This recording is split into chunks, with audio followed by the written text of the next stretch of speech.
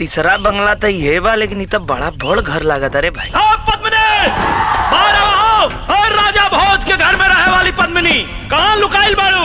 आवा देखा, गंगू गरीब के खोली से भी छोट घर में रहे वाला निरहुआ तोरा के बोला रहल बा। का सोचे तारू पद्मिनी कि आसमान और जमीन के मेल कैसे होई? मेल होई पद्मिनी, मेल होई। एने अच्छा, यहाँ काम करे लुका? हाँ। अच्छा अच्छा अच्छा अच्छा, ला ई का ह? ई प्रेम पत्र का? Love letter.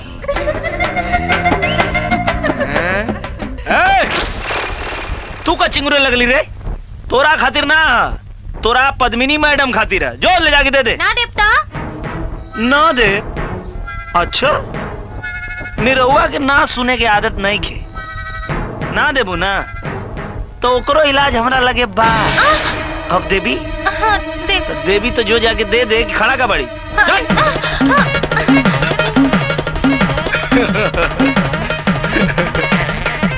निरहुआ से कहतिया कि ना दे। मैडम, बाहर एगो लड़का रहुआ खातिर चिट्ठी दिला था। चिट्ठी? हाँ। हमार प्यारी पद्मिनी, हम अपन जवाब तो तोहके दे रहे हैं, लेकिन तोहरे जवाब के इंतजार कर रहे बन। तोहार निरहुआ।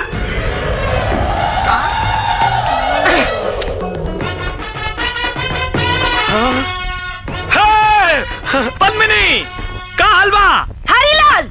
हरीलाल जी मैडम। देखा, घर के बाहर कोनो गुंडा खड़ा बा, मार के हड्डी तोड़ दो कर। अच्छा ठीक है। हाँ? अरे के बार है? हाँ? कहाँ गए? हाँ? केहू नहीं खे देखा? मैडम बाहर केहू नहीं खे। का प्यार के जवाब तहरा से मांगता नहीं तो हरीलाल के भेजो तारू? हैं? सोचे खातिर टाइम चाहिए तो एक दिन और ले ला। चला एक दिन और सोच ला। कल फिर 10 बजे आई, लेकिन ऐजे खड़ा रही हो। हमरा जवाब चाहिए। अगर कल लुकैलू ना तो घर में घुस जाए, बता देता नहीं। चलो ठीक बा, जा आराम से सोचा, कल बताइए। Love you, by.